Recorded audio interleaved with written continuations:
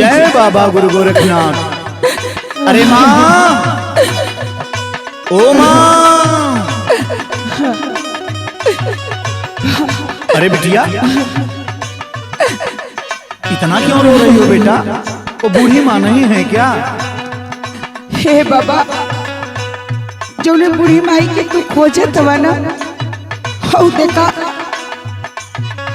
तो दीवार पे जो तस्वीर बा वो है बूढ़ी माई का बा, जो ने माई के मरले 1 महीना हो गए बाबा।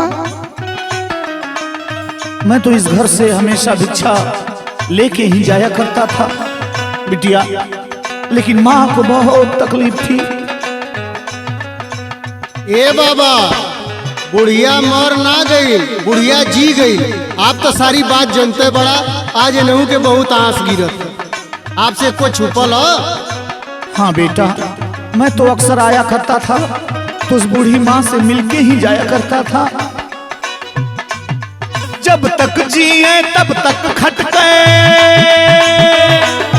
जब तक जिए तब तक खटके, काटा जैसन साथ। ए भैया मर गईला पे, ए बाबू मर गईला पे, काहे पतोहिया बरसावैली आँख।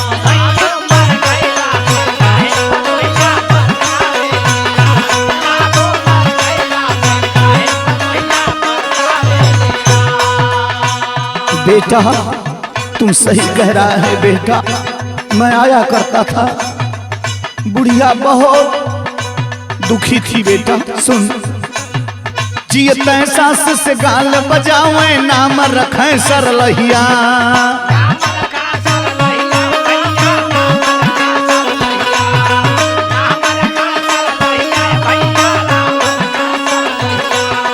अपने पति से खूब डटवावे, लगा लगा लुतरैया।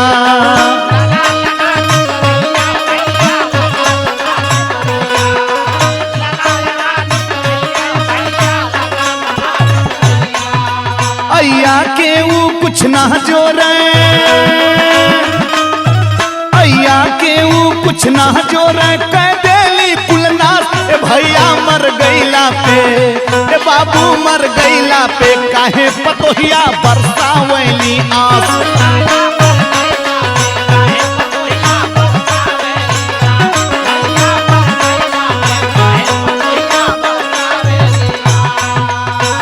बेटा जो बिटिया आज बहू बन के घर में आई है, ये भी कभी सास बनेगी, लेकिन इन लोगों को पता नहीं चलता।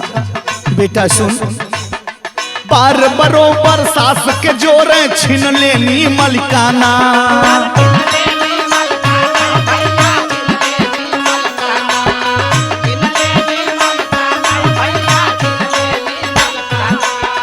बिलखै माई दुआरे बैठी, देली न पानी दाना।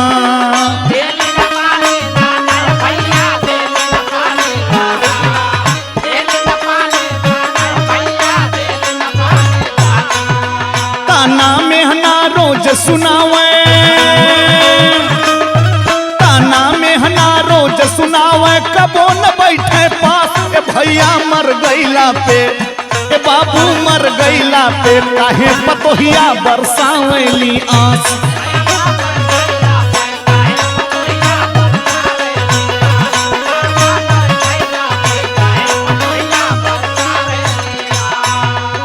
बेटा जब तक सास जिंदा है तब तक कोई बहू अपने सास के पास बैठकर उसके दुख और दर्द को नहीं बांटी, लेकिन मर जाने के बाद देखो सामने ये बिटिया आंसू बहा रही।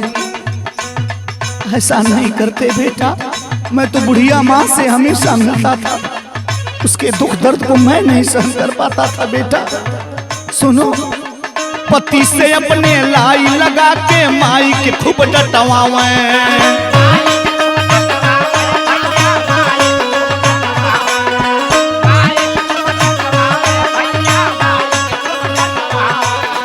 झाड़ू पोछा चौका बासन कुलवन से करवावे।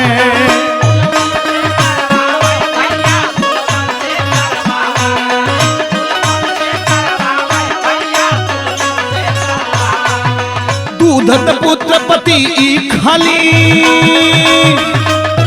दूधत पुत्र पति ई खाली, माँ से करावे घास। ए भैया मर गईला पे, ए बाबू मर गईला पे, काहे पतोहिया बरसावली आस।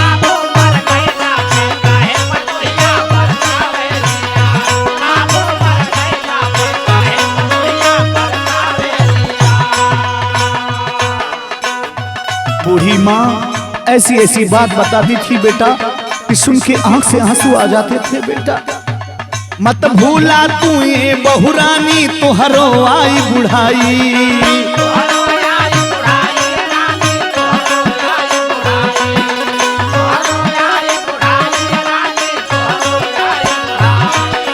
तोहरो पतोह बेटवा तोह से करी है ई है जिठाई।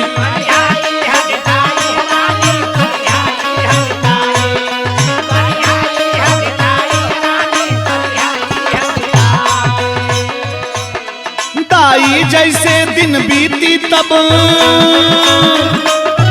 दाई जैसे दिन बीतैबू भूल जाई बकवास। ए भैया मर गईला पे, ए बाबू मर गईला पे, काहे पतोहिया बरसावली आस।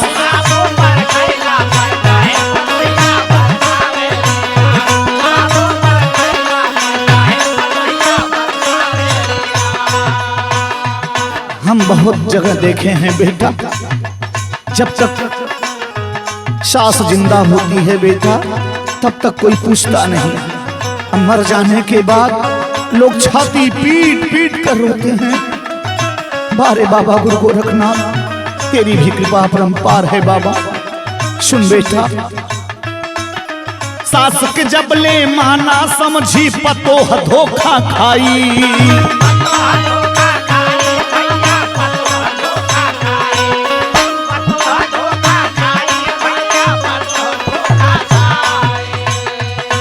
आज समझ में आ रहा है बिटिया, वो माँ रहती तो तुम्हें कितना साहस रहता बेटा।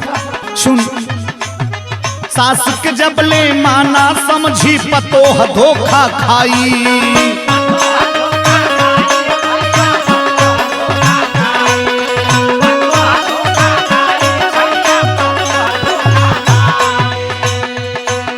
सिया राम के लेख मिटी ना निश्चित ऊ दिन आई।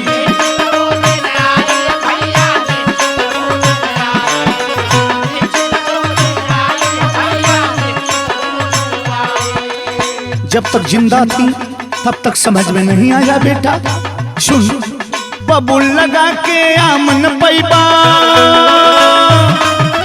बबुल लगा के आमन पैबा, संतोष कहला खास। ए बाबू मर गईला पे, ए भैया मर गईला पे, काहे पतोहिया बरसावली आस।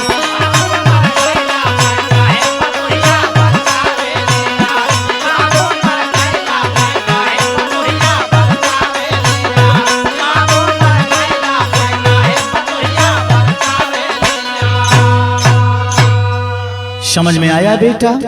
हाँ महाराज, हमरे का पूरा गाँव के समझ में आ गई आपका भजन। बाबा गुरु गोरखनाथ तुम लोगों का भी कल्याण करें बेटा, कल्याण करें।